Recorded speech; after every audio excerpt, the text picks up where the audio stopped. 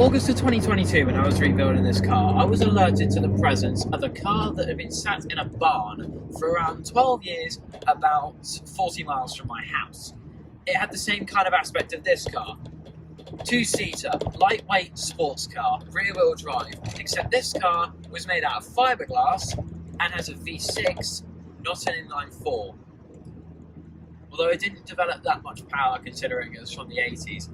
This car, I was told by the owner that I could have once this car was done if I was able to figure out what was wrong with it.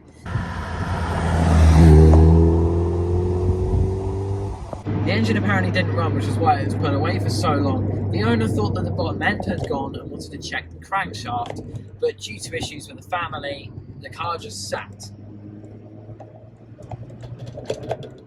And now I'm on my way, after it has been pulled out of a barn, to go and view the car for the first time it's ever been outside in 12 years.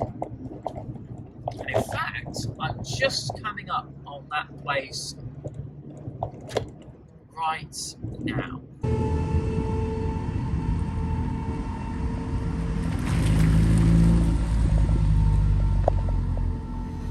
So the next financial regret project is coming around that corner on a trailer. In fact, I think I can hear it.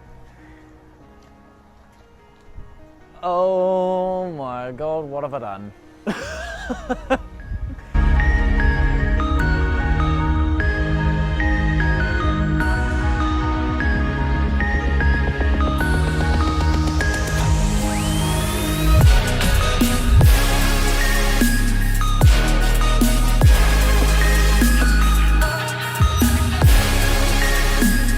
Probably the most unexpected route, a 1989 TVR S2. And this one has definitely seen some better days, as it's been about 11 or 12 years since this car has been out of a barn. The condition of the car overall is absolutely, well, awful. The paintwork is spotty, the wing mirrors are missing, the car doesn't run, the clutch doesn't go in, the fiberglass has cracks, the roof is destroyed.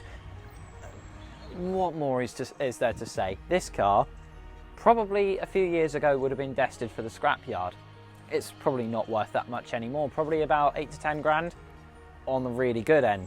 But there is one little thing this car has had fitted that makes it worth all the trouble.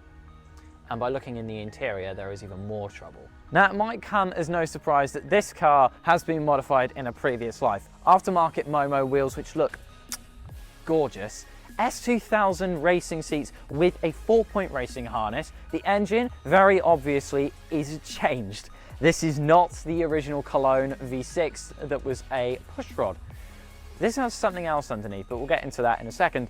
The wiring on the internals is absolutely horrific, with the quite bad sub kind of base build. I don't know what the previous owner was going for, but 12 years sitting around, the interior has not fared very well, nor has the paintwork of this car, but I've been told the paintwork was never very good in the first place. This is where the gem is. Now, under here is no original Cologne Ford V6. This is the reason I'm bothering to save this car.